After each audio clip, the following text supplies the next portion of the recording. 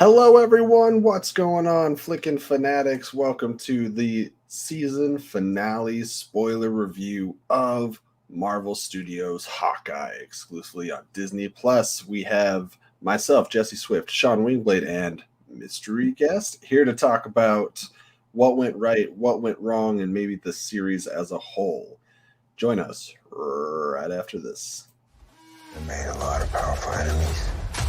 I can't go home till I fix them. We're in this together, right? We need a ton of trick arrows.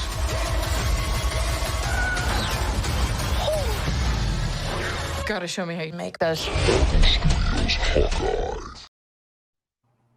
Hey, hello. Hi. And the spoilers out there now, the surprise guest is actually the one that's been on the most of these episodes, aside from me and Sean ourselves, and that is Allison coming to fill the void. I decided that sounds better than she is filling our voids. No one knew I was here. It was still a mystery because I was very quiet during your intro this time around.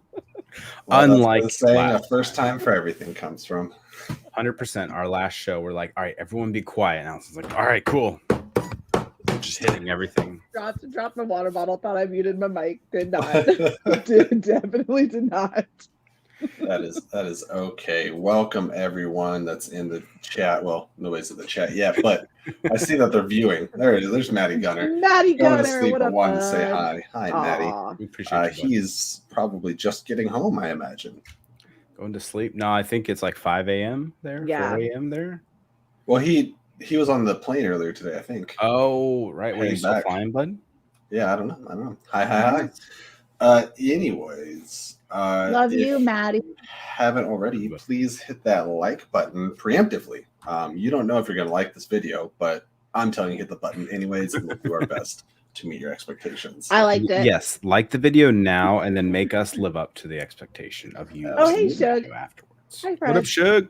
And if you want more opportunities to judge us on what we are and are not able to do here in the sphere of reviewing things, donate to the Streamlabs link down there on the bottom. We love to hear from you guys. Right. PJ Campbell in the chat. What's up, PJ? PJ, hi, friend. Hi, buddy. And, how you feeling? Is he going through the stuff too? No, I don't think so. Oh. I didn't mean to make that a thing.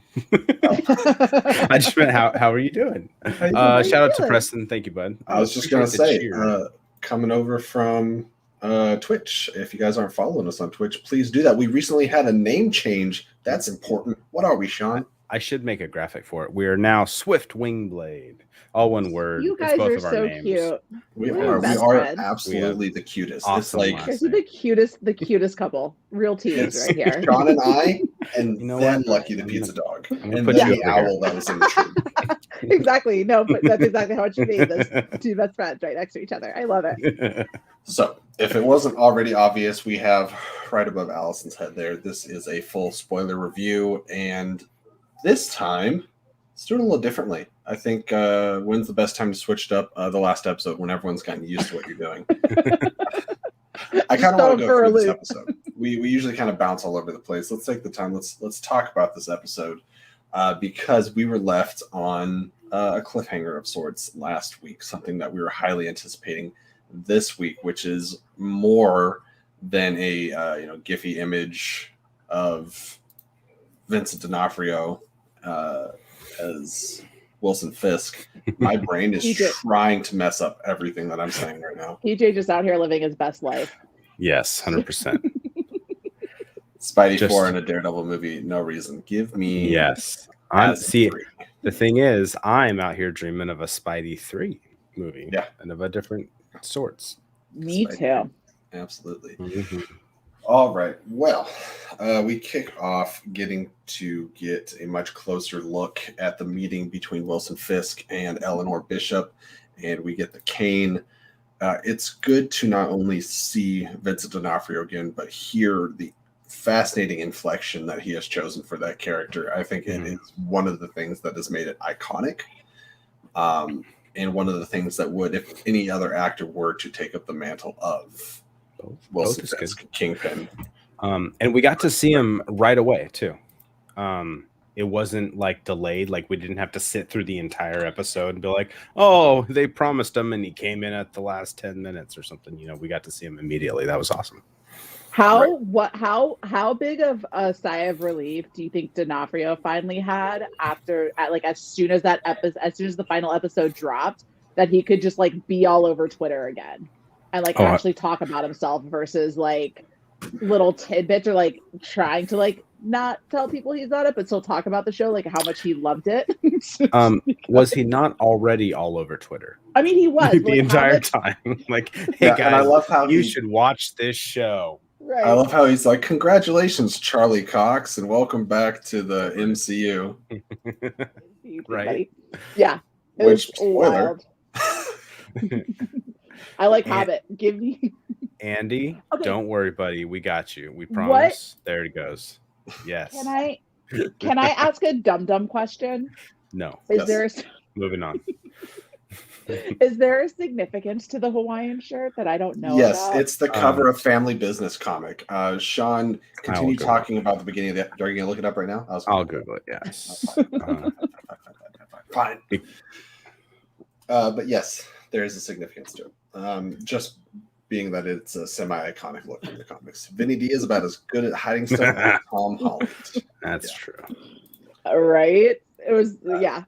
Someone should hire Andrew Garfield to do publicity for everybody and be like, hey, is Benedict Cumberbatch in this movie? And Andrew Garfield just shows him and goes, no, he's not. He's not. I promise you. He is okay. Yeah, this was already they nailed it too. It was the exact right. Oh, and that's Spider-Man with him, right? Uh-huh. Yeah. Okay. Yeah, I always knew Kingpin to be a Spider-Man villain. I never knew him to be a Daredevil. He is a hard New York villain. Okay. Right.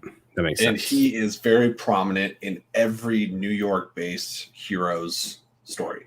Mm-hmm. But I think you, like me, were probably born and raised on the Spider-Man 90s cartoon. That is correct, sir. Kingpin's in like every episode of that. Yeah, same here. Grew up watching that one. Smythe. Mm-hmm. Sure did. And this little floating chair thing. Anyways, getting back into the episode. We see Eleanor talking to Fisk and says that, my daughter's home. She's getting too close. So this is me calling it quits. And she's trying to do the honorable thing. Can we just talk for a second that Eleanor Bishop's the worst character? Yeah. Like I kept waiting for the other shoe to drop and there to be some depth on the character and to have like a big emotional thing. But it felt like a paycheck performance. I know Vera Farmiga is bigger than that, better than that, but I was joking around with Lauren. I was like, so she's really like dialing in on this like worthless mother figure role, because if you've also seen Godzilla King of the Monsters, same thing. Just a horrible like villain archetype that also happens to be mom of the main character. PG Campbell, you are correct. I am the worst character. PJ's just gonna yell at us in the chat for how much counts. It's still a view. It's still a view, but you will not be permitted to yell anymore unless you have already liked that video. So hopefully you have. You like it, PJ? Brad Brawler says that makes sense because 90% of the Marvel universe is located in NYC. God forbid they be not located in NYC. Yeah, true. And he is a New Yorker, by the way. Well, that's why you have the West Coast Avengers, right? That are based out of what, San Fran? San Fran, I believe. I don't know too much about the comic run in that. Only what I've ever heard on Geek History Lesson. Shout out to Jason Inman and Ashley Robinson. But anyone who's on the West Coast is essentially out of that, and they have their own set of villain. I guess, because everything is very, with Spider-Man and with Daredevil and what we seem to be in most of the show is ground level villains and ground level stories. They're dealing with the tracksuit Draculas, as they were called in the comics, the tracksuit mafia the whole time.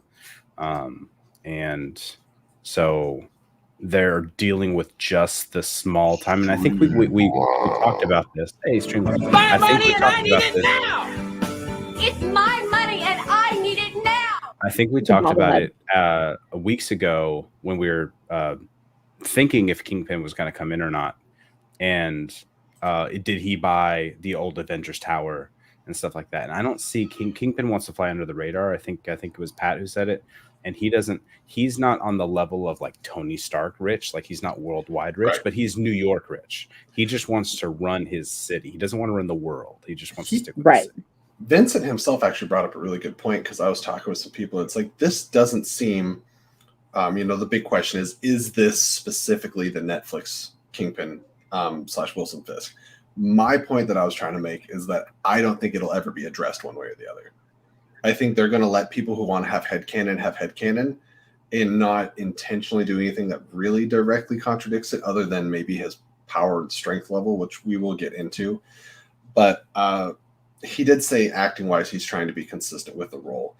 And there was an interview recently that said, he's like, well, so many things got blipped. This might be Wilson Fisk starting from the ground up, which is why the Tracksuit Mafia is working for him, why seems kind of like lower tier than he was in Daredevil. Like Daredevil, he was running the show. And I think the blip kind of messed some stuff up. And so maybe now he's rebuilding, doing a rebrand with a Lion shirt. I agree with PJ though, like right here. I just popped it up, but like I feel like this one definitely would have been better as a binge versus a week to week, because when you have something, I feel like the way that when you have something like WandaVision that they did week to week and it just crushed it at the end, and then you get into and there's this cliffhangers show, every episode, interesting cliffhangers. Right. This one, just because it has to be done within like a certain amount of days because he has to get home for Christmas and they're rushing kind of all of this stuff together. I feel like I would have rather sat down and spent 6 hours of my Christmas day watching all of this versus doing it week by week and like waiting for the next one and waiting for the next one. Yeah, because you're looking at the equivalent basically of watching 2 Marvel films would be Hawkeye. Yeah. Because it's what, probably around 5 hours maybe for the whole 6 episodes. Mm-hmm. So Vincent D'Onofrio himself responded to that very specific thing earlier on Twitter, and he said right here, trust me in Hawkeye, I'm playing the character as if he's the character from Daredevil, survivor of the blip, and now getting this city back. So they're not going to explicitly say it, but that's how he's playing it, I suppose. And I think that's an acting choice. He's going to play the character identical to the way he played it before. So that's a way to do it, for sure. Right. So going back into the timeline of the episode, and I'm glad you have so many pictures here, Sean. Way to be, because that kind of helps me pick and choose. They're not in order of the timeline. They're in order alphabetically. So feel free to click through. That is going to help me tremendously. So let's start with the very next thing that happens, which is Eleanor getting arrested. I'm just kidding. Spoilers. Jump ahead. Yeah, spoilers. Okay, so how do we get to the Christmas party? Because I remember that's like the big center point of the episode. You're not wrong, sir. She goes with her mom, ? Wait, she finds out in the beginning of the episode what her mom's really been up to. It's the big reveal. And she's like, hey, she doesn't even jaywalk. Like, this is what? And then she tries to tell Hawkeye to go home with his family. He's like, no, you're my partner, and we're supposed to feel things. But you didn't feel, because like just last episode he was like, shut up, Kate, I don't want to be your friend anymore. And then he's like, never mind, I'll be your friend. And it's like he needs to make up his mind. And like it's well, he just knows if she goes after Kingpin solo, she's getting her ass murdered, and then it's going to be on him. Right. Because as Tom Holland so well put in Civil War, when the bad things happen, they happen because of you. And you can do what you do, and you don't do anything, then they happen because of you. Again, exactly, PJ. This is why the binge was important, because I don't remember. I literally, all I know is I feel like she shows up at the Christmas party with Hawkeye, and like they brought all the LARPers with them as like waiters. Which, how quickly can you get waiters job for a Christmas party you were just invited to? Well, a very exclusive Christmas party. If your mom works for them and she asked her daughter for help, maybe I don't know. Yeah, but she was mad at her mom at that point. Plot holes. These are the plot holes I'm here to suss out. First thing they did was make trick arrows. Yeah, so can we applaud all the trick arrows? Can we do that? Yes. Because they went to town. They're like, wait, you can make more? You have to teach me how to make more. Trick arrows were great. That's probably my favorite part. This is why I need PJ around in my life more often. Don't think too hard. No, I refuse. I will continue thinking, even if it does hurt. All I want to do is think hard about all of this and how it doesn't make sense. But the trick errors were cool. I liked, like, I really do like the relationship that Clint and Kate have when they are working together and when they're working as partners. I really, really like their dynamic and their banter. And I think a lot of that's just, I like Hailee Steinfeld. I think she's golden in anything that she does. But yeah, other than that, it's just kind of like, it just falls a little flat. But those trick errors are really fucking cool. I did do this cute little thing where I addressed that we got a Streamlabs and then never read it off. So I'm going to go back to it real quick and pop it up. Streamlabs from PJ Cambrell, BRLL, has tipped in $10. He says, I love you all. Hey. Happy holidays. I need all the Spidey versus Kingpin. Just saying. Well, here's a thing that's curious.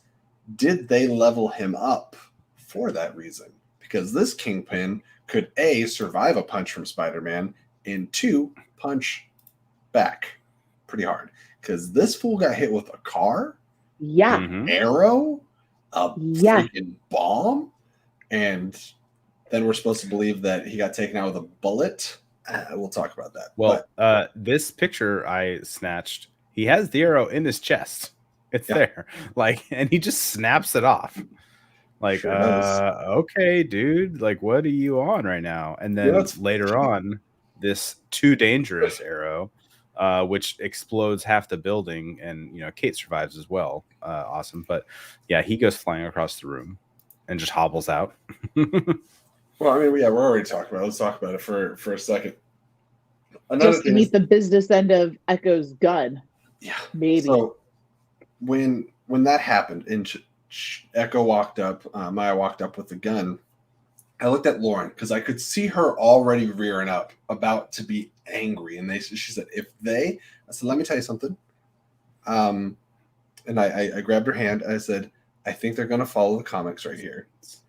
And they sure did cut away. And the last line we get from Wilson Fisk is, sometimes families don't see eye to eye, which is directly referencing the fact that he gets shot in the eye and survives. There we go. And then otherwise, there's no reason for an Echo show. He could be wearing some sort of protective suit. He was I know his other suits always had padded armor under them, and the way that kind of hit, he didn't really show a lot of pain, right? It hit him. He's like, right. So I think maybe he's got some kind of body armor under there. So, yeah. He has something. I don't know. No, it's his skin. It's just in his skin. It's his thick skin.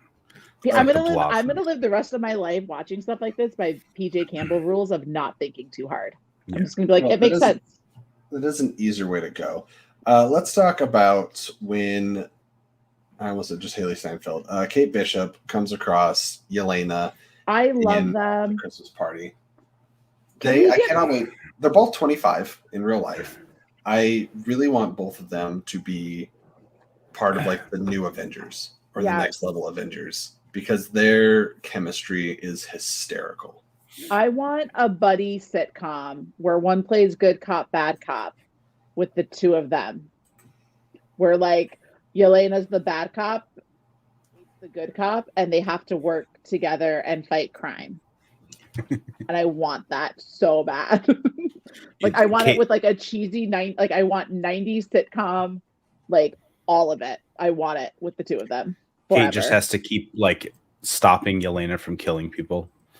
Just no, we don't do that anymore. We gotta stick on the straight and narrow. We gotta complete this mission. We can only maim them. She has to shape her down from murder to just take out one kneecap this time.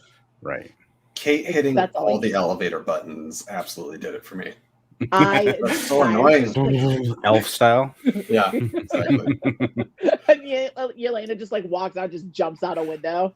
I would like to reference my tweet from last night, because some people might think it's a little hard. Was it last night? I don't know.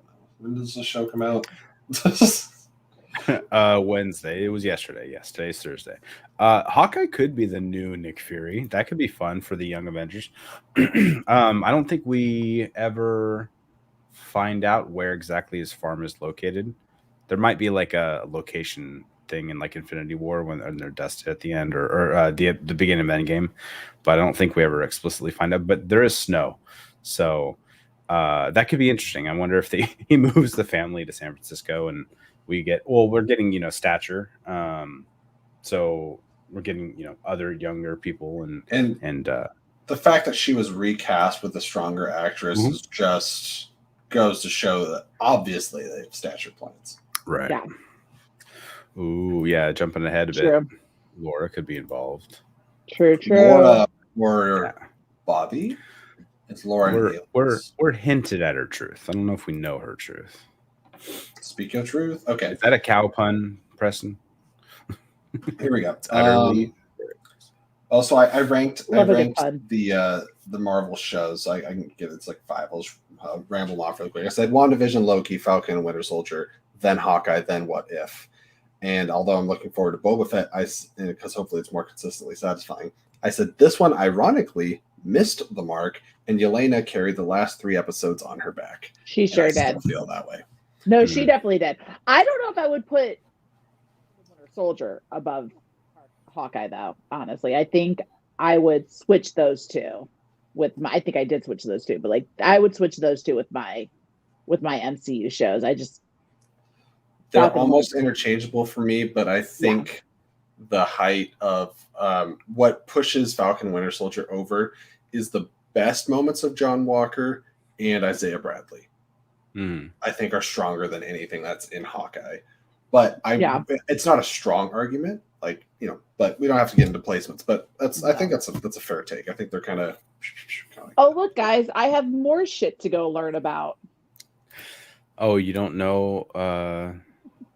Let me see. I was pulling up because I did have. Aren't you so glad you brought me on to talk all of these theories So through? The shield symbol is there with the number 19. She was Agent 19. So PJ's not wrong. She's, they're hinting at Mockingbird.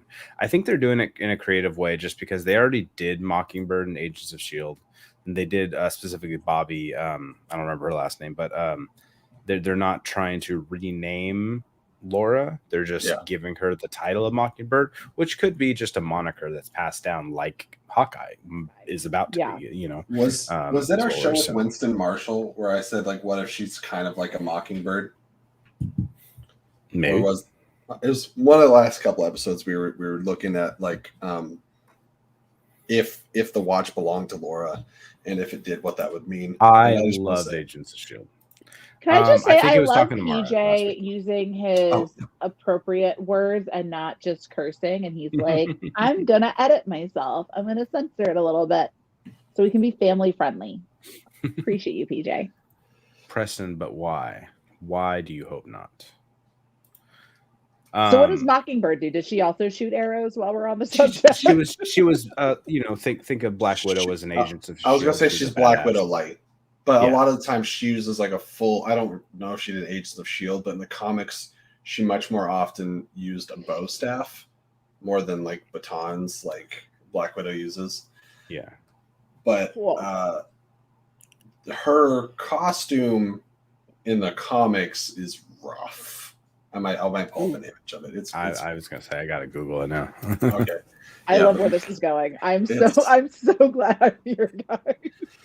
Anyways, this is why we're having these conversations. So, cycling back to the party, we have Yelena and Kate Bishop fighting each other. Kazi's trying to snipe Clint, right? He's trying so hard. He's the worst sniper I've ever seen. Terrible sniper. And this guy is under Fisk's employment. He really did have to start from scratch. But I have so many problems. We're gonna skip around. I changed my mind. We're going all over the place. Kazi. Okay, this guy thought he could go. What is? There's a lot of things on screen, and I don't know if they're all appropriate. They're costumes, sir. Pick one and focus on it. There's one where he's not wearing any pants. That's not it. So you're closer this to was the bottom This left. was Adrian Pilecki in Shields. That's not what Is she this looks like. Is this anything correct? I don't know. I never saw her in. Oh no, she looks normal. That was probably when she was cast and somebody did fan art. But that kind of in the middle of that picture there with like this one. Yeah, that's kind of what I was thinking. That's what she looks like in the comics. It's Interesting. Pretty much a thing. Anyway, Pretty much a thing. Kazi thought he could go toe to toe with Clint. Went toe to toe with Echo. Didn't last very long in either times. And this guy, Loki style, caught an arrow in mid-air. What is with all these characters just randomly getting leveled up? Right. Kazi's a thug. He's a street. Yeah, he's a street. Like I want somebody with like a compound bow to fire an arrow at any one of us and watch us catch it. We're gonna catch it right in the eye. You know what I'm not gonna do? Try that. No. Myself in a position to ever try it, so we're just gonna be fine. Like I feel like we're good. I feel like in the worst way the season finale started teetering on a cartoon. Well, it's not that's like when you have Kazi can catch an arrow, but the rest of the tracksuit Draculas get their ass kicked in an ice skating rink. PJ nailed it. Kazi is a stormtrooper. That is the only thing that explains the accuracy with the gun. I think we shouldn't listen to PJ very much because nope, I'm sorry. We're doing great. This is what happens when everybody has control. Drunk PJ is willing to do things. Drunk PJ would absolutely catch it, and I would be there to high five the shit out of him for it. I think only drunk PJ appears in our chat. I think sober PJ is too good for us. But drunk PJ will come in and say hi. Sober PJ's too good for us. Yeah, so Kazi gets the wrong end of something pointy, and that's the end of him. I thought they were going to do something with that character or do some reveals, and I think that's where I felt a lot of this show is just a lot of dead ends and brick walls, and either things are too open-ended or no potential is reached. We all predicted that Jack Duquesne was going to be a red herring. He was, and you know what? For what he was in the show for, I love him. I think he's so much fun. It turned out to be just delightful at the end. Yeah. Yes. I want more of Jack. That. It was so funny. I think like because Frank and I highly disagreed on our thoughts with the episode itself. He's goofy. He was when he asked me, he's like, what do you think? I was like, it was fine. Like I didn't hate it. Like I don't have a ton of hate for it like some people do, but I also don't think it was, given everything else that Disney Plus and MC and these MCU shows have given us, I don't think it just end like the way it just was like that, and like you're kind of sitting there going, that's it. Like I don't know what I have to really look that forward to other than like maybe some more of Yelena, but it's like so next season we're just gonna get 6 episodes of him just training her. We're gonna get Rogers 2, the musical. But like meanwhile, Frank's just like, what do you mean? They took out like 1,000 guys on the ice, and you had D'Onofrio, and you had this, and there was this, and I'm like, yeah, I'm not saying any of that was bad. I'm just saying it felt very. You had 6 episodes to introduce all of. Yeah, you have 6 to introduce all of these characters, and then you have to tie it up real fast so that it has enough of an ending that it's just, I don't know. It felt very rushed. Two things that people pointed out to me. One of them, this man has fought an army of robots and a purple alien god, pretty much, but can't find his way down a tree. That's point number 1. Right. Point number 2, somebody pointed out that every single one of these Marvel shows does this thing where they don't truly reveal to you the villain until the end of the series. And I think it's kind of becoming a tired trope. Can we talk about how adorable that owl was, though? That was a nod to when there was a real owl stuck in the Rockefeller tree. That's the true hero. The perfect image, though, of Clint's face in the tree. Just terrified. And there's Mr. Owl little bros. And we can jump back to it, but like Kate's just new to the superhero life, straight up okay with murdering people. These people are dead. They're gone. Those tracksuit guys are going to be fed to baby birds. Yeah, they're dead. They did. Yeah, no, true. Little sketch. And the other thing that I appreciate that they did was in her fight with Kingpin, you still get to see her inexperience. I mean, even kind of with Yelena, like you still get to see like she has some skill set, but it's definitely not at the same level as obviously like Yelena or like any other Black Widow would be. So she's still like trying really hard and you're rooting for her, but you can still see where she's struggling and where she's lacking. And I appreciate that kind of look because we know hopefully over season she's going to get stronger. She's supposed to, you know, with becoming the next Hawkeye, but I just wish we got, I think, honestly, as PJ kind of brought up earlier, I think I would have enjoyed it more if it was all dropped at once versus having to wait for it each week because I don't think the payoff was there for it.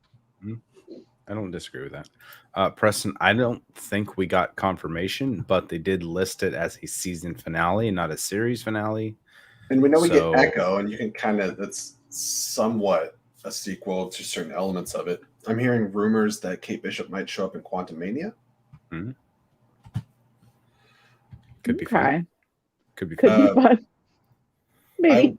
I think a highlight of the episode, other than some lapses in the rationality of it, was the final confrontation between Yelena and Clint. What did you guys think of that? Sean, would you like to go? I've talked a lot. Why do you go? I feel like the writing was minimal. Like, explain yourself. Like, just say it out. Like, he didn't want to tell her. He didn't want to explain what happened. Like, hold on a second. Here's what happened. Look. And like, I'm writing a better script in my head as I'm watching the show. I'm like, just say this. Like, that's all you have to say. Because she's so angry that, Natasha sacrificed herself for him.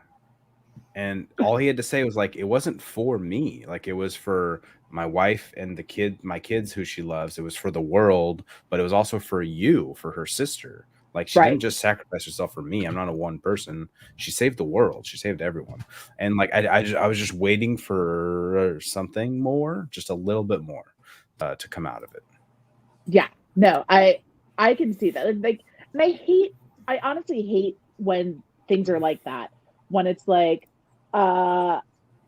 it's lingering and she's like, you're lying, and like you could just tell her the story, Clint, and then she'd be like, oh okay, like not maybe not oh okay, but like have more of an understanding with it rather than just being like, yeah, no, I agree 100%.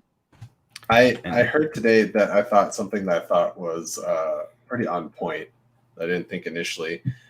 Him just whistling and having that member berries nature of it stop him was kind of like Martha. It was like, why did you say that name? Why did you whistle that tune? Yeah. Like, it's such a shallow reason for him to do that. Or not for him to do that, but for her to just stop. Like, I'm going to kill you. Wait, you know my sister's secret whistle? Of course. She knew how close Clint and Nat were. There's no way that was a secret. So it did feel like there wasn't enough there to really justify the sudden change of heart. Right.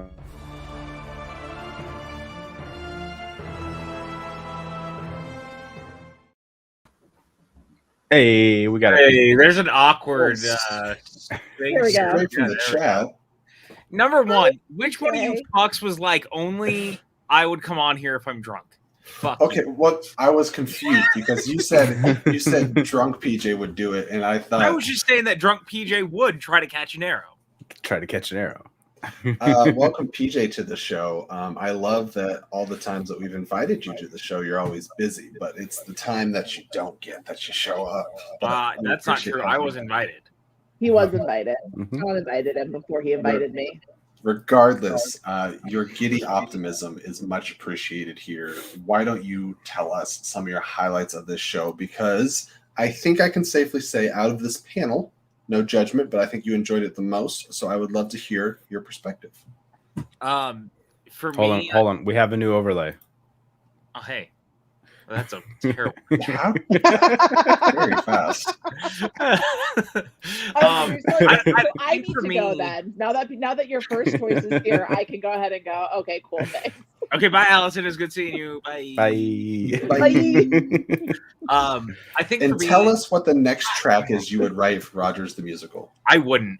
Here's the thing about Rogers the Musical. Can we talk about real quick that the MCU made it a point that Rogers the Musical is fucking terrible, and yet everyone on the internet is like, we need more of the really terrible musical. No. That even Marvel is like, no, it's terrible, and we will give you one song from it, but it is terrible. Like Hawkeye left, and they made it a point to be like, why is Ant-Man even in it? Ant-Man wasn't there. Like everything about Rogers the Musical is bad. Everything. Like, I would watch an actual Avengers musical, but just not that. Sure, I would too, Yeah. but like it's terrible. All of you who want Rogers the Musical are bad because you don't understand that it's inherently actually bad. You're Stop bad and should asking for feel bad. things. You should feel bad for asking about it.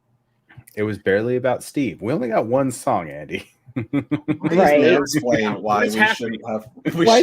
Explain why we shouldn't have Rogers the Musical. I just explained why we shouldn't have Rogers the Musical. Rogers the Musical is bad. It's inherently bad. Hawkeye walked out of it bad. Rogers the Musical is not made for. But we got human Adam. consumption. We got Adam Pascal singing on it, which is That's nice. Fine. It doesn't change Okay. the fact. Rogers I- the Musical is bad and was not made for human consumption. Adam Pascal, who plays Roger in Rent, played Steve Rogers, or voiced Steve Rogers, I think, for the Rogers the Musical. Roger. Roger. This is a Star Well, did Wars. he? Because in podcast. that shot right there, he's just playing some random New Yorker. Right. But I'm pretty sure when you listen to the track, not that I've done that. I haven't listened to it on Apple Music. That's not something that I've done. I don't believe you. I think that you added it to your fucking playlist. The one sale that they got for I Could Do This All Day is Listen. Jesse Swift. I don't have very many playlists, but I have one with one song on it. And it's Rogers the Musical. I believe that. And Hawkeye for me though, like you asked about it before we got tangented about Rogers the Musical.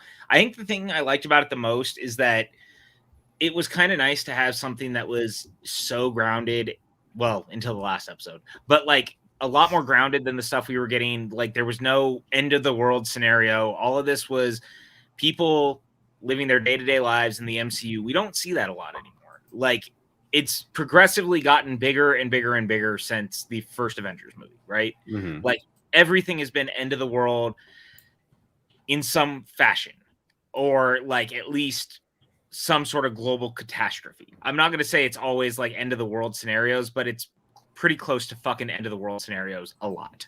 Right. So it was kind of nice to hang out with a bunch of characters who were just like fucking around, dealing with the tracksuit mafia and just being themselves. And I like the PTSD angle of Hawkeye with the wounds from all the different battles and stuff. Like I thought that was interesting. Very different than Steve's PTSD of I don't know how to be a hero post the Avengers and like where's my place in the world. Hawkeye's is more I'm grumpy, I'm tired, and I want to go home. And that's fine, and it works.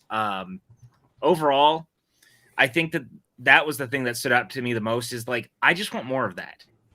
Like I need more of this version of the MCU. It's this thing that Spider-Man Homecoming did really well, and then I think that even No Way Home did well. No Way Home is a very small movie considering it's a multiverse movie. It's Like, like that's- it's crazy that it's big and small.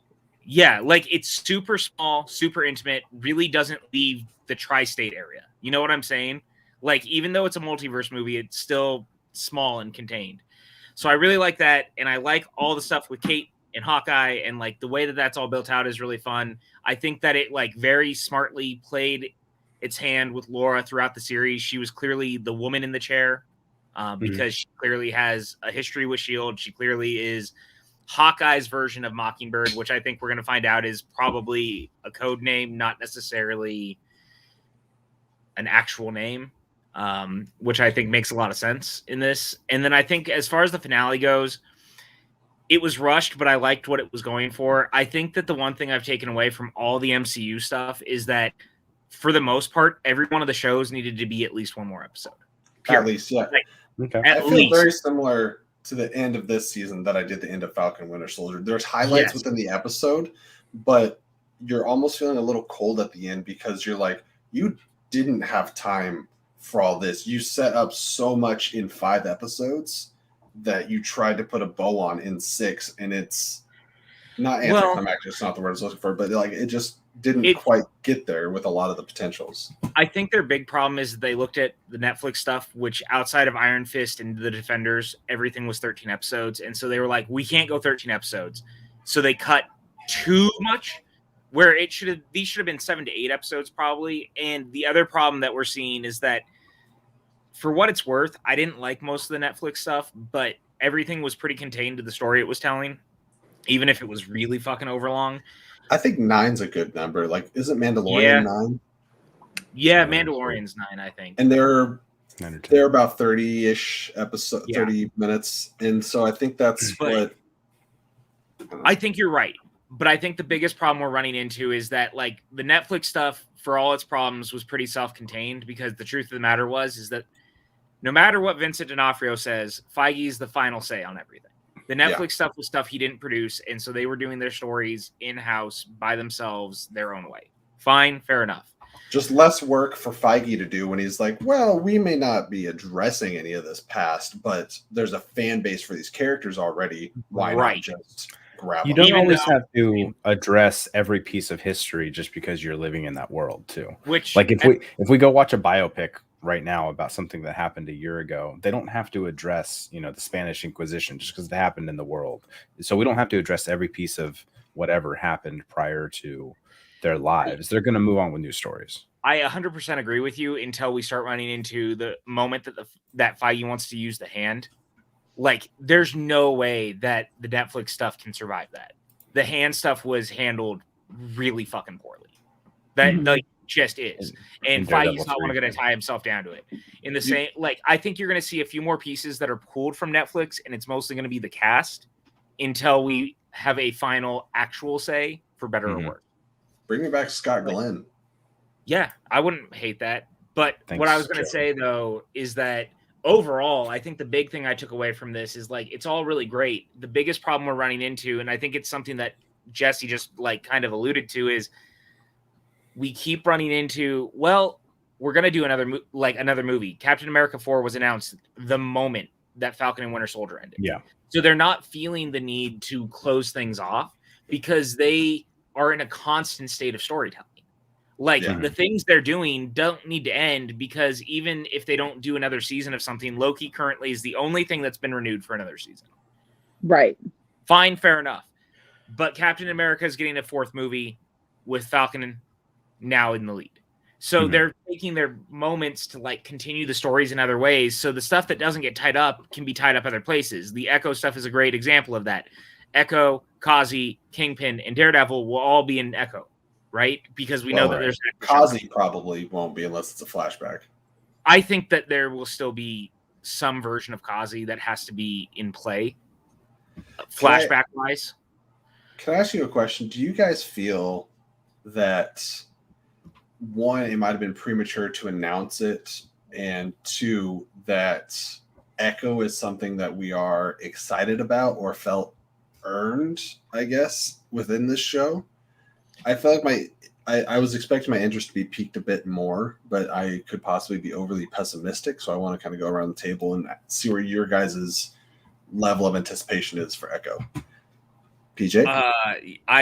Number one, Brian, What If is also, yes, getting a 2nd season, but I was talking about the live action stuff. Like, What If is its own beast, and we will see some of it in Multiverse of Madness, but that's neither really here nor there, because it overall will not have an effect on the larger MCU storytelling. They haven't ever confirmed that's canon, though, have they? I mean, did you see the Multiverse of Madness trailer? Yes, but they could be doing a similar story beat without saying they're pulling canon, it is that specific character. I think What If might serve as a conceptual birthing ground for a lot of Marvel ideas. I don't know if story-wise they're going to say that this other Strange is, like, his background is the What If background. Right. I think What If is, like, personally, I mean, I could be completely wrong. I just feel like it's setting up is another character from What If who is in it. I've heard about that.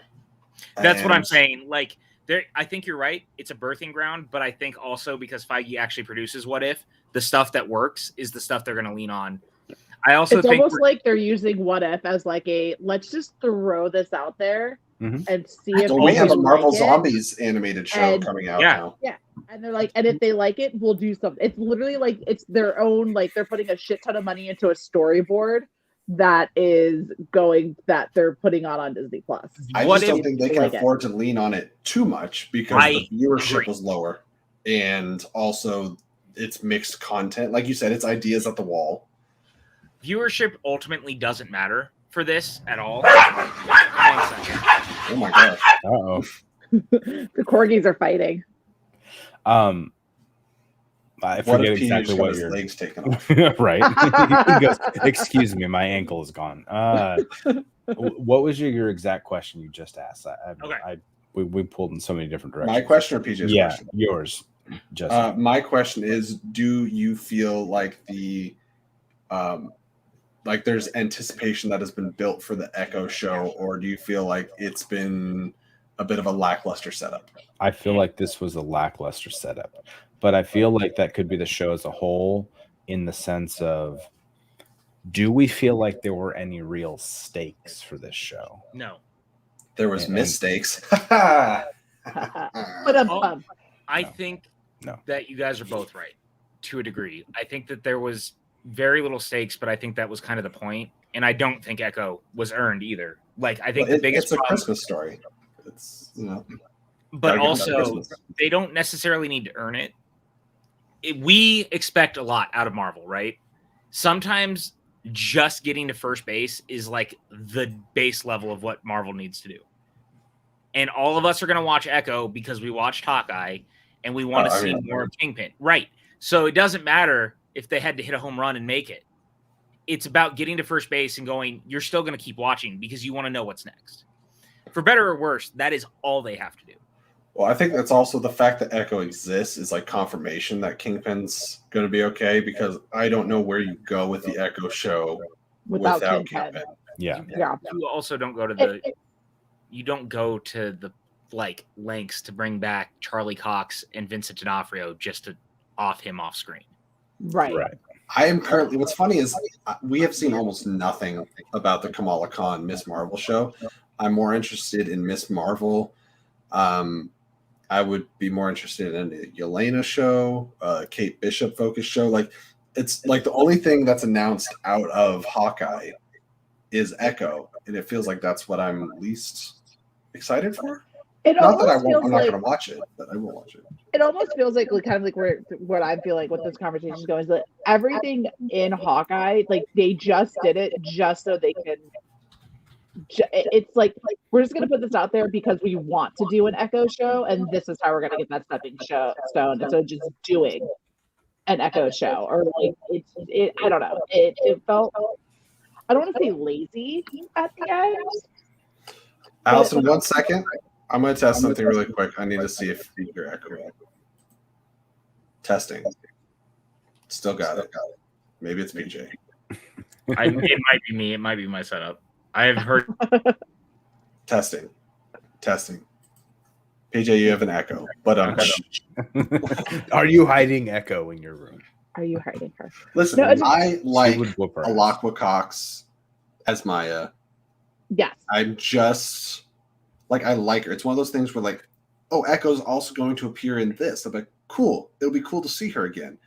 But it's like she's going to star in her own show. I'm like, okay, we'll see how that goes, I guess. Right. Oh yeah, when just- she let the hair down, you knew people were going to die. Yeah. Right. She straight up, she threw her motorcycle at those guys just offhand. And then basically, and she gave Kazi a chance, like, her Kazi bro. Like, hey, let's not fight. I want you to come with me. And he's like, this is all I know. That's all I can do. All I And then- know is working for Kingpin, but I can't snipe somebody. You're horrible at your job. He's If not that's a- all you know, don't he's- you think he'd be good at that part of it? I'm like, I think he's as good at sniping as I am at sniping in Call of Duty, which is bad. I've never killed anyone. Which means I've never been able to do it. That's why I'm more scattershot. Go for the SMG, and maybe that would have been Kazi's strength. He should have just hopped down there and just sprayed. Speaking of which, can we talk about how the fact he's got a sniper rifle, right? So the tracksuit mafia obviously has access to guns. Isn't it convenient that in this giant like ice rink, you have 100 tracksuit mafia guys with bats and crowbars? Mighty convenient. Nobody's got a handgun. PJ, say something. Hello. Hi, sir. You're muted. No, he said I'm not. Jason. Oh. Yeah. Oh, you're I just heard it. delayed. Oh, look, it's another. It's all right. There's no more echo. It's all good. We're fine. We're all No, good. there will be How more are Echo. you? Echo survived the show, and she's gonna have a series. there will Is be there more actually a Are you delay? not Is listening? there a problem? I I don't don't- think so. Is there? No. Maybe Yeah, Sean's I mean, delayed up here. You Maybe guys look Sean's the fine. problem here. PJ, He's You ever Sean's think about that, problem. Sean? Sean, fucking restart your Streamlabs or StreamYard. God damn. Anyway, so this is I'm perfectly fine. okay. Can we talk? Okay, we brought this up earlier, but Eleanor, this dialogue is this what heroes do? Arrest their mother on Christmas? The worst. Yes. No, The- that's a To be great fair, line that's- because it's a great line. You know why? Because she's so rich and so deluded, she didn't think her daughter was going to do it. Right. Oops, that's unnecessary But bars. let's It's get prison. rid of that. I mean, To what are you Andy's gonna point, do? Like, yes, and I got a picture of it. Actually, that is true. They did all have guns, Oh, you know and what? they got Thank you. disarmed. So shout out to Hawkeye for thinking that. All right. Well, let me retract my thought. Andy reminded me. One to show time the you hear it. picture. That's right. the one time I will say, Jesse will say that he was wrong on something. We'll I've take never it. been wrong. I thought I was wrong once, but I was mistaken. Okay.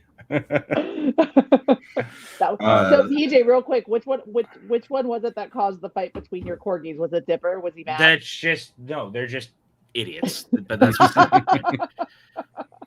So I agree that most of Eleanor's, not just her dialogue, but her action throughout the whole show, were just like left me like, wait, what? Like, what's her It was all motivation to off. do this or that? And it was just weird. It was awkward. It was like, what is she trying to accomplish? What is she trying to do? Why is she acting it that way? Lauren and I it all discussed felt it weird. watching the entire show, and it's like it better like be revealed that she's putting on a front, and maybe she's Yeah. not very good at like acting this part that she's trying to do.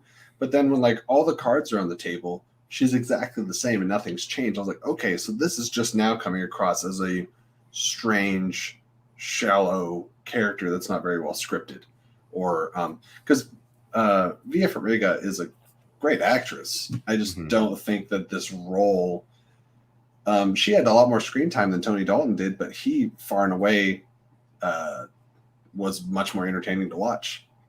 And I more so wanted him to be the villain because I found him magnetic. You know, I was attracted to his character. Eleanor was a lot of nothing, I think. But PJ can tell me why I'm wrong. I'm not going to tell you you're wrong. I think that there's a single problem of they like to hire people that you recognize so that you'll buy into the character without a lot of development. It's a thing that I think Hollywood has done for a long, long time, is get actors that you recognize because you'll buy into them quicker than if you don't. And I think that there's a lot of room to develop that character more. I don't think Vera's the problem. I think that the writing ultimately was the biggest issue. Absolutely. And that's super fucking frustrating. Don't get me wrong, but I still like her and I like the character. I just want more from the character because I know that there is things that she can do because she's Vera Farmiga. Like, I just want the character to That's go my one way or thing. the other. Like either kind of be more of a villain or kind of be more of a mom. And she didn't have a strong lean either way. I feel like that was intentional, for Maybe. better or worse. That was intentional because I think that the truth is that she never really bought into being a mom. It feels like throughout the show, like she's a rich white woman who has a lot of money, who is like sending her daughter away to fucking boarding schools and colleges and like not paying attention. And I mean, look at all the times that it sounds like she would like bring home awards and it didn't really matter, right? It was like, oh, hey, look, I just got another award. Okay, cool. Like, there was no real connection between the two. It was clear she was much closer to her father until her father died. Right. I mean, Right. her mom didn't even tell her that she was engaged. Yeah. So she, like, there's no family familiarity because she never really bought into being a mom, but she also never bought into being a villain because truth of the matter was is she was cleaning up the debts of her dead husband.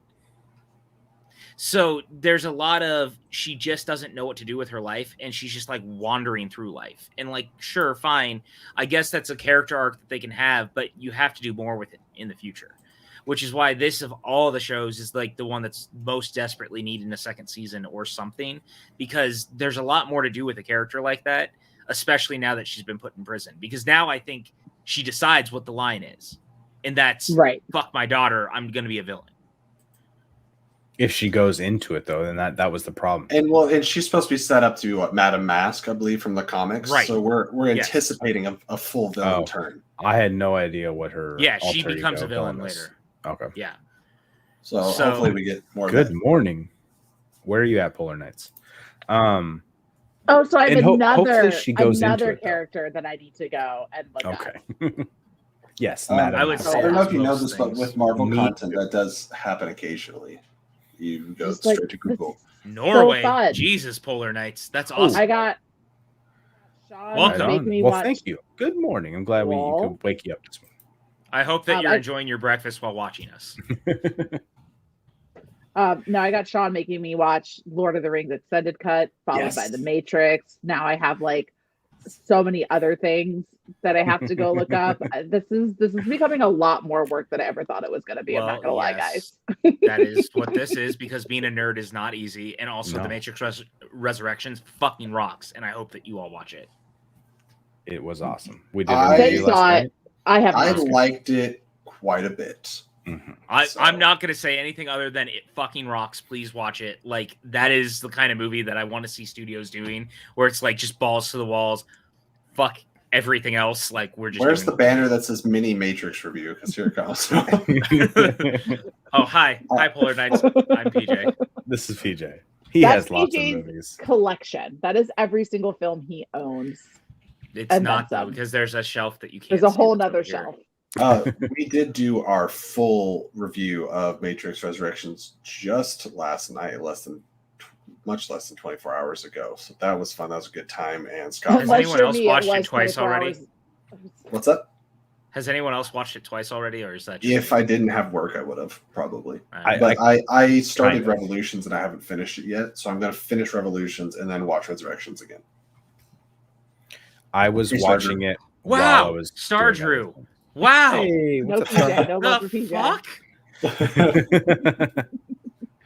Well, we have to ban PJ now Alright. because he dropped And- the first F-bomb of this episode. Speaking of The Matrix first, review, I've been doing it the whole time. it's in the The whole chat. time. Sorry, I really don't know how to not swear. I apologize. PJ That's still right. wants to grow up to be just like you. No one wants to grow up to be just like me, but I appreciate it, Polar Knights. Anywho's, how did you guys feel about basically out of the live action material, this being the only thing that like never had a post-credit scene? Like I thought that was something that got Yeah. kind of fun halfway through the shows. Here's the thing: is I kept sitting through that stupid effing song, thinking like I'm gonna see Yelena. I'm gonna. I see didn't. I something. skipped. I was like And then the skipping song through ended, and I'm like, "This had a is post-credit stupid." scene. Guys. I mean, it had a post-credit scene. I think what's interesting is that this whole phase of the MCU stuff. Oh, thanks, Star Drew. It's kind of weird that like none of the post-credit stuff has really been leading us anywhere outside of maybe Shang-Chi. That's what I was going like- to say. Shang-Chi seems to be the most MCU movie.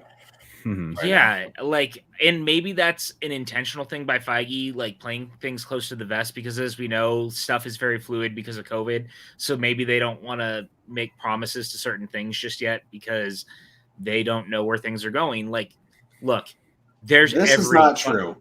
I'm sorry to interrupt, but that is completely false. West Side Story made me cry. I know all the Jesse- words to Rent. Loves a musical. Sean, Oh, on yeah, the other Eternal. hand, musicals. Eternals Sean did is- have. Sean, I think, is the one that's not the biggest musical. I like fan. musicals just fine. Well, I love Also, Eternals. It had something, but it wasn't. It didn't feel super. Well, that's not true. You had Blade, so yeah, it was MCU-ish. We just don't know. Uh, what it Yeah. was. Blade was the closest. Like, I mean, the stuff with Pip Pip and Thanos' brother is kind of like More we Eternals knew- than MCU. Yeah, Yeah. yeah. So, but what I was gonna say is that like the situation's clearly fluid, right? With all the stuff, especially happening around Black Panther right now, Oh yeah. you don't know what the state of the schedule is going to look like by the time this is all said and done. So I think they don't want to make a lot of promises, and most of the stuff has kind of just played into the more like it's coming right now sort of stuff. Like obviously Black Widow ended with Yelena finding the information and being sent to kill Hawkeye, and we knew that would play out in Hawkeye. Yeah, so that led to this. But was there a second one? I haven't rewatched it since. No, that was the second. That one. was the. Okay. Well, there was the Infinity War, the Quinjet scene. Right, but wasn't that after? That was like the end. The post credit, yeah. Movie. No, because the Yelena thing was after the credits. Yeah. Then that was mid credits. The Infinity War was mid credits then. What? Sure. Because the movie, it faded up to the like the firelights or whatever in the trees, and then went to black. Yeah, all right. I don't remember. Other than I know that the Yelena thing was post credits. I know the Yelena thing is post credits. Yes. So yeah, it was for sure. I want to shout out to Joey, my buddy in NorCal Denali. He gifted 5 subs on Twitch. Appreciate you, bud. Hey. Thank you. Hey. I don't know what Twitch language means, but I'm glad you're over there doing Twitchy stuff for us. Giving us money. Oh, I'm sorry, 6. He wants. He called you a dick. Credit. He called you a dick, Sean. Hey, fuck you. But without too much thinking, where does Hawkeye rank on your guys's? We'll just keep it Marvel shows, not the entirety of all the Marvel stuff that's come out this year. Thank you, bud. Love but where is it on your Marvel list? Sean, do you know? I don't like ranking when I've only seen things once because I've only seen each of the movies once so far. I haven't gone. Well, no, I'm just talking the shows this year. I'm sorry. Yeah, everyone on Twitter was fucking ranking all their MCU shit from this year. Yeah, I know. I got tagged in it too. I'm not doing it. I hadn't even taken the time to think about it. Not ready for that smoke. Honestly, I don't know. I enjoyed them all. WandaVision was probably the one where I was off board the quickest because the first few episodes didn't work for me. It would have been nicer if they did release like 4 or 5 episodes. No, maybe not all of them, but because I those first 2, I was like, this better change really quick. I was not on board with that. They could have dropped 3 because 3, I think, is kind of where the show shifts. Yeah, and then they were kind of playing catch up for me for the rest of the series. They drop 3 for the critics, 2 for the general audience. Stupidest freaking decision they've ever made. Right.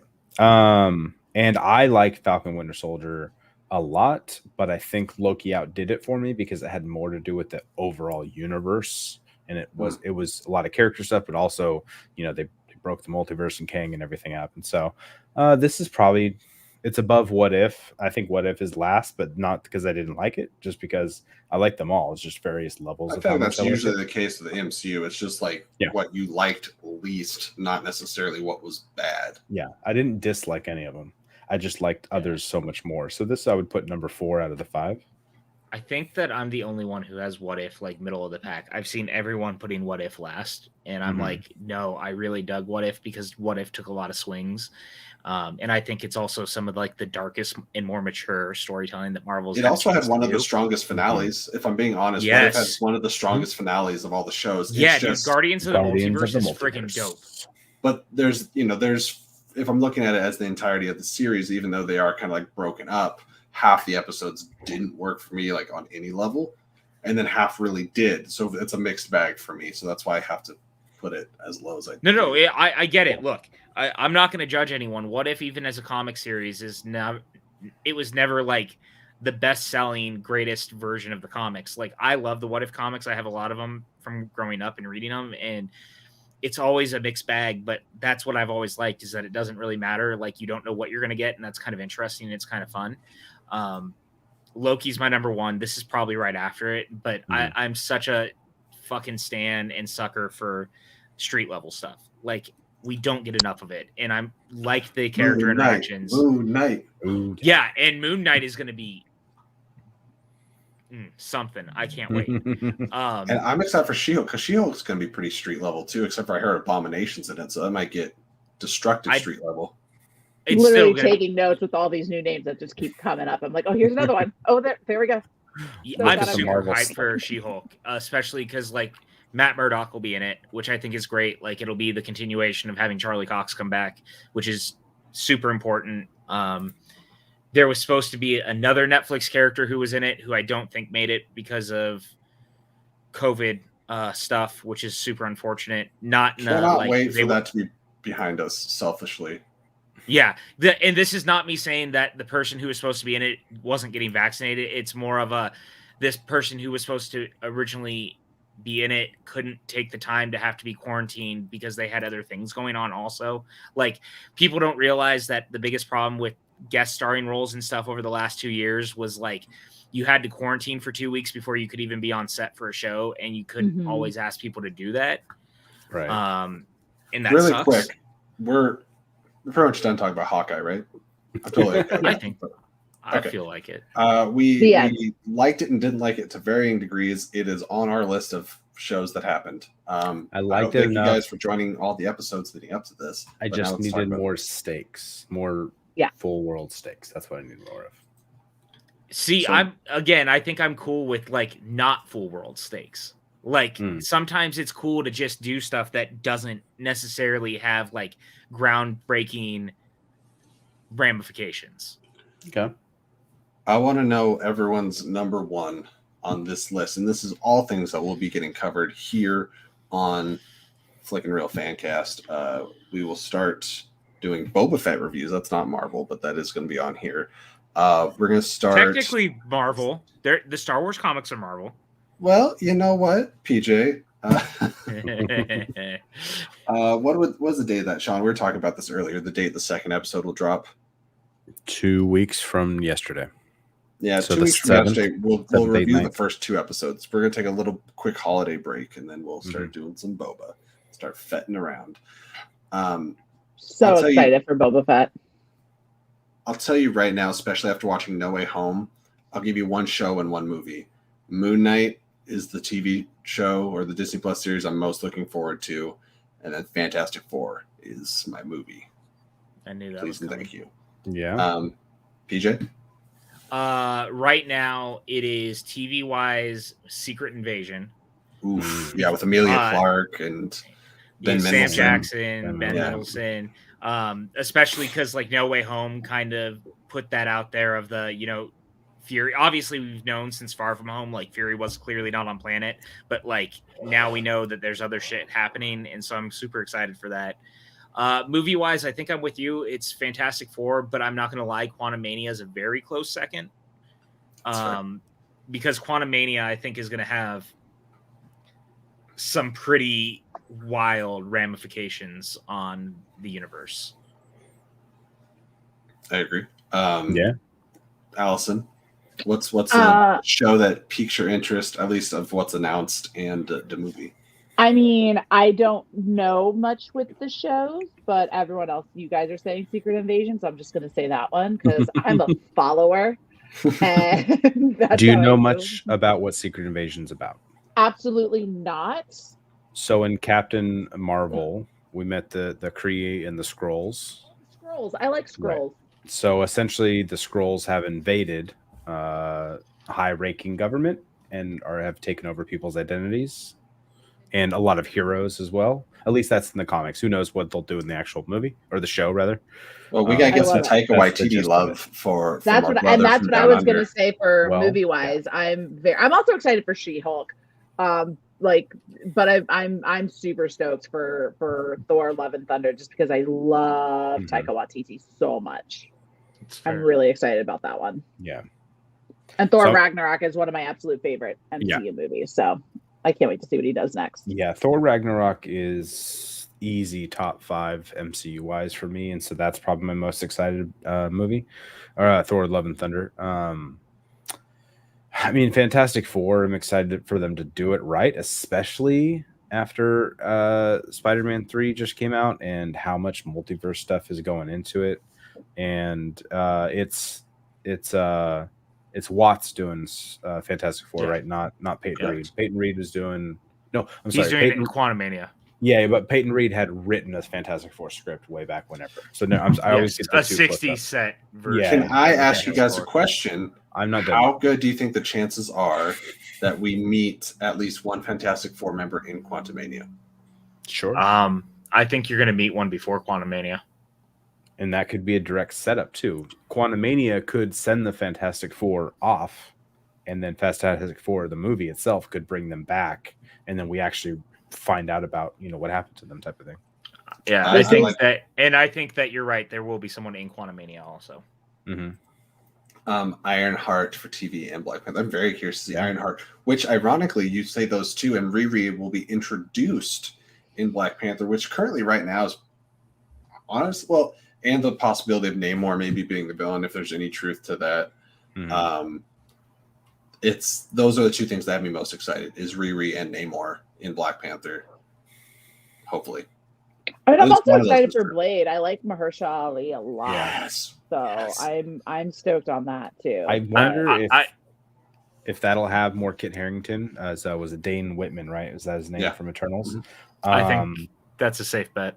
Yeah, if he'll be in that, and they might keep it relatively street level, because Blade will be attacking the underworld essentially. I think that the cool thing about Blade is that that and Moon Knight finally open up the world to being like darker, more dangerous, a little more street level, but a lot more supernatural. I think we haven't leaned enough into the supernatural yet for the MCU. Like Doctor Strange is probably the closest with the magic, but like now we're really going to see some of it in action, which I think is really, really great. And I think like we have the one thing that's not on here is that Halloween special for next year.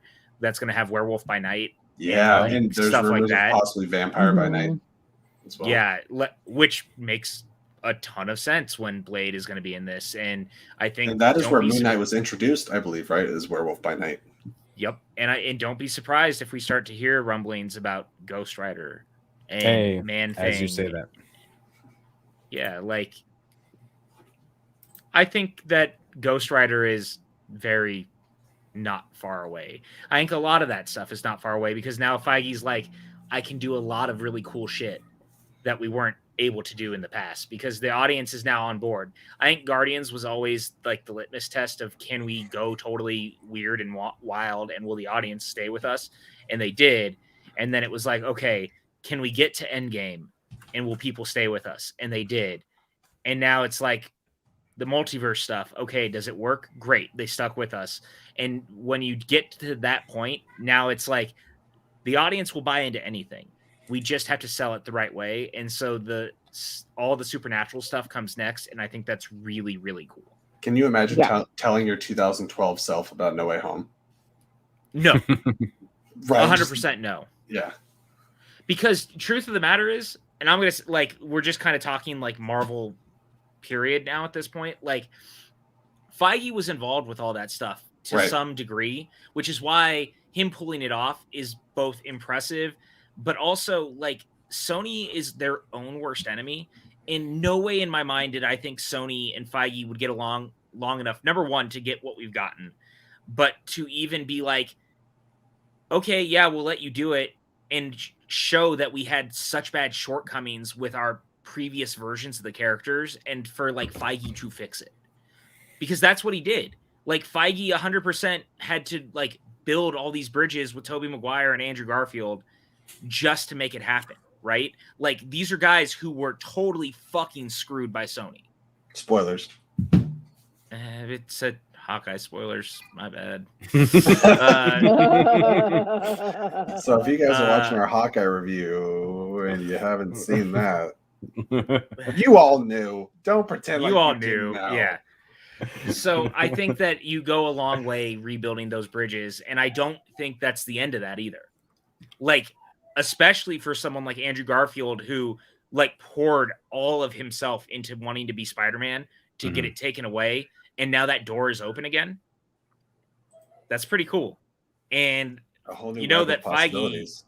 yeah, suddenly there's possibilities, and Feige's not going to let that go. Do we know if anything's still going to be happening? Just to take a hard right with the Olivia Wilde directed. Was it Spider-Woman? Was it Jessica It Drew? was Spider. It was Jessica Drew, I think. And then there might be a Silk movie or something. Oh yeah. There's Also- Silk got turned into a TV show, I think. From what I remember, I think it got moved into like a TV development. As far as the Olivia Wilde thing, we haven't heard any movement in a minute, but I also think that the lack of any information also comes from they wanted to see how No Way Home would perform, and then also Morbius is still around the corner, and Morbius has way more fucking questions than it does answers right now as far as its placement in the world. And you know what's funny is I don't think the movie's going to make it clear. I think we're all waiting for Morbius to answer all these questions of where it exists, and I think it's going to be just as confusing as the trailer. You know why? Because Sony, left to their own devices, is not the best at answering things. I have my own theories. You know, But there's I two don't Venom know. movies that absolutely prove you to be correct. So Yeah, and here's what I will say. Part of me wants to believe that like this is all like an elaborate thing of them trying to throw people off and being like, look, there's the Toby version of Spider-Man, but it says murder, so they have to be talking about Tom, but the Oscorp's building is there, so that's the Andrew world. Because like my whole theory is that it's all Andrew Garfield's world, because we know that Oscorp doesn't exist in the MCU, as we learned in No Way Home. So but that is the Sam Raimi suit. But then there's also Vulture. Right. So my guess is that Vulture is probably just a variant, which fine, fair Well, enough. the setup for that is that J. Jonah looks the same in both worlds, right? We never saw J. Jonah. We didn't see him in And Garfield. Andrew, but I'm saying there's two Spider-Verses where J.K. No, Simmons right. looks No, exactly he the has same. hair. He has hair in the Tony one, in the Toby verse. Get out! I was making a point. Sometime men lose hair. So Over because time. he can look the same because we never saw that version in the Amazing movies. But the one thing that I took away more than anything, that was Sean's children are running wild. The one I'm thing here I with took you. away I don't know what's from- happening. Just want to say really quickly, Merry Christmas to Oh, Hey, Brennan. You too, Start Brennan. with Brennan, champ. did you Is get that your right? belt yet, or do I need to go kick some ass? Let me know. uh, I will go drop kick whoever has it and make sure it gets, and then bring them over by their ear to give to you. You just let me know. Sorry. To finish my point so we can move on from this, because I'm sure this is all very, very exciting. Garfield made it a point that his Spidey has not been the friendly neighborhood Spider-Man. which Right. He I was like rage-filled. He was I really like angry. He said he had stopped pulling punches. What if his Spider-Man killed someone by mistake? What if the Or by purpose. version of or on purpose? Either way, like, what if that was what happened, and maybe the version of Spider-Man that they're talking about is one who murdered someone, and it was him?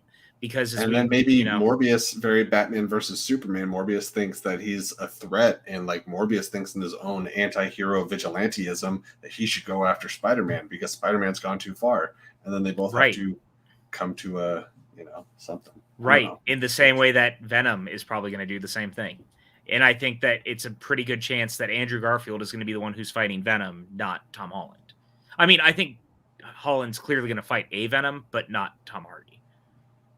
I don't know if I think Tony was it Ravioli, Rivoli. because I was like, oh, Agent Venom would be interesting, but like I don't know if that's the pick. But I mean, I don't hate the idea. I think that they need to build their own version of Eddie Brock for a bit, but I also think that I don't think the Russos are done with the MCU, and I don't think that Feige is Secret done with Wars, the black sorry. suit. Yes, exactly. That's exactly what I was getting at. I think that Secret Wars is 100% happening. Allison, I just realized that we should have a weekly Marvel talk because I think we could probably run on about this for at least another hour. But this was originally Hawkeye spoiler review. So I'm about to rage tweet for you, Brennan. Should I do that or no? I know No. Allison's Don't probably do it. going to knock Don't do out here if we go much longer. I'm Well, sorry so- that I totally derailed your guys. No, No, what do you I want to say, love Sean? this so much. So I was looking up release dates because Miss Marvel was on that docket and it had Oh, it obviously got been moved bumped, 'cause- like- yeah. Well, I think it's right after Boba is my guess because What is they're not You mean going to Mando? over. No, Miss Marvel that's got next pushed year. back a year? No, it Yeah, didn't. Miss Marvel's got pushed back a year. I'm reading an article from one day ago that says early 2022. That's not right. It definitely got It's pushed back. from Screen Rant. Yeah, don't trust Screen Rant. Number one. Screen Rant tends to not be fact-checky to the things that they're saying. Miss Marvel definitely got bumped like last early to mid 2022. I thought last thing I heard was 2023. I thought like early. I think late 2022. Yeah. Well, Moon Knight's coming first, and so is She-Hulk. Yeah, She-Hulk and Moon Knight are both slated for 2022. See, I don't know who to believe. I just clicked on the top thing on Google. Don't trust Screen Rant. Screen Rant is almost as bad as Giant Freaking Robot. And what was the other one? We got this covered. We should Hobbit is correct that the trailer, when it came out, it said 2022. The push happened after that trailer. Okay. Yeah, because there's talk that they've retooled some of the show. I don't believe all of that. Towards not making her a Green Lantern wannabe, but we'll see how that goes. We'll see. I'm not going to buy into the hyperbole hype around that stuff. I think that there was more of a change behind the scenes of the rest of the content. It was not like a directly this because of this show. It was a more sweeping, we had to make bigger changes to the narrative of the MCU. Oh, okay. He's saying that trailer was yesterday. Interesting. Yeah. Well, it's coming, guys. That's all. It is coming. I mean, there is that. Coming.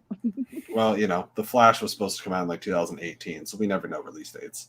It did. We just don't remember because they went back in time. Yeah, they went back in time, and and they're redoing it now. Yes. Okay, so now we're pushing an hour and a half. It's Marvel's a slippery slope, and that can do that to you. I do want to thank everybody. So many people in the chat. Star Drew's on there. We got folks on Twitch. Thank you so much. By the way, so appreciative when you guys join in on Twitch. We're definitely trying to grow the channel over there. Polar Knights, Bryant. Star Drew, lots of stuff. PJ obviously was in the chat for the majority of this video. Thank you for crossing the multiverse and coming on the screen here. Yeah. PJ, I always love seeing your face. I hope you guys did enjoy joining us for the other 5-episode reviews. We had a good time. We had some awesome guests. We had Mark Hanopic, Winston Marshall, and it's been a fun journey. We can't wait to dive back into that with Boba Fett and have some really cool guests. We're hoping Laura Kelly, maybe Andrew and Nikki DeMolanta, all those things are in the works, but I cannot wait to have somebody explain me some Star Wars, because I love me Star Wars, but I don't know so much more about Star Wars than myself. Yeah. Are you volunteering? I volunteer as tribute. Volunteer as tribute for the Star Wars? What do you know? Have you ever written a question about Star Wars, sir? I will throw my phone at you. Do you know one thing about Star Wars? Yeah, it's set in the stars and there's wars. Get it together. You pretty much nailed it. Already teaching. And if you're asking, I know that all I've learned in this past year is Y-Wings are the best. Right. Great. Yeah, sure. All right. Thomas isn't in here. You don't have to pander. Let's do that damn thing. Let's do Brennan, yes. Brennan, you could be a guest too, buddy. Yes, Star Drew, I have watched Willow, and recently, in fact, I know what brownies are. So let's go around the table here and let the people know where everyone can be found, starting with the person that probably needs sleep the most, and that is Allison Salamoni. Hi, guys. You can find me on Twitter at Allison Salamoni. You will be able to find me over at Spin from the Reel on What Real Entertainment. Taking a bit of a break after our final show of the year tonight, but we will be... You too. Enjoy your holidays, everyone. Yes. But we will be back, and whenever Jesse wants me to come hang out, I'm here as well. You can also find me on the Flick and Reel Instagram account, so please go give it a follow. Flick and Reel Fancast over on Instagram, as well as my own personal one, Allison_Salamoni. That's it. Thank you so much. And being that you are our other guest, PJ, where can the people find you? Twitter, Instagram, PJ_Campbell, Movie Trivia Schmodown. Hey, I write the questions. Be nice to the question writers. We're only human. I'm around the internet. Sometimes I'm here. Sometimes I'm there. Come hang out. I just remembered that our whole relationship was predicated on the fact that we made a bunch of monkey puns on Twitter. Yeah, pretty much. That is a real thing that happened. Congress Godzilla. Sean. Hey, what's up? You can find me over there at Sean Wingblade. Also, later, FCL thing, in a few months. I don't know, whenever we start doing that again. Also I'll put it in the chat, on Twitch, trying to grow Twitch. I don't know how many people we have currently, but we currently have 68 followers. Who's going to be the 69th? Head on over to Twitch. Giggity. Follow me, because we're immature, and that's what we do. Get us to that 100 on Twitch. I don't know if anything happens, but it would be cool. And then And we that can have 100 a Twitch party. And the hundo over on the Instagram. We're like 17 people away. It's a race. Yeah. It's a race. We will give a crisp high five to whoever gets the channel to 100 first. So hop over on Twitch, hop over on Instagram. They're both pretty close. And with that, you can find me, much like Sean did, up here at Jesse Swift on Twitter. And you can find me doing all the flickin' fanatic fan castings and videos and things all across the YouTubes and the Twitches. So thank you so much for joining us for all these reviews. Look forward to seeing you guys on Boba Fett. Check out our Matrix Resurrections review if you haven't already. That I wasn't invited to.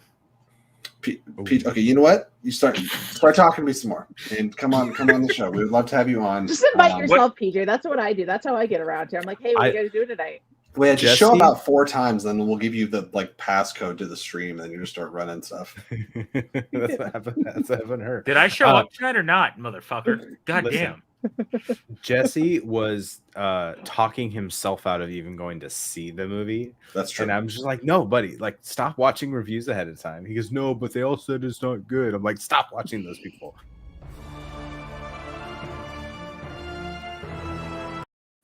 Just kidding. There's nobody. There's I was nobody. like, Oh my god, I was yeah, like, who's joining right now? I was like, there's no one here, and I'm gonna murder someone if they did. I put our Instagram in the chat. Please click it. Thank Go you, Sean. follow us on Instagram. I appreciate everyone. I hope you guys have enjoyed our show and the show that we talked about, and we will be doing much more of that. You guys have all been great. Thank you so much for supporting the channel, doing the Streamlabs, all that good stuff. Until next time, light you on Hit the fire. video. we will see you. Keep it real. Bye. And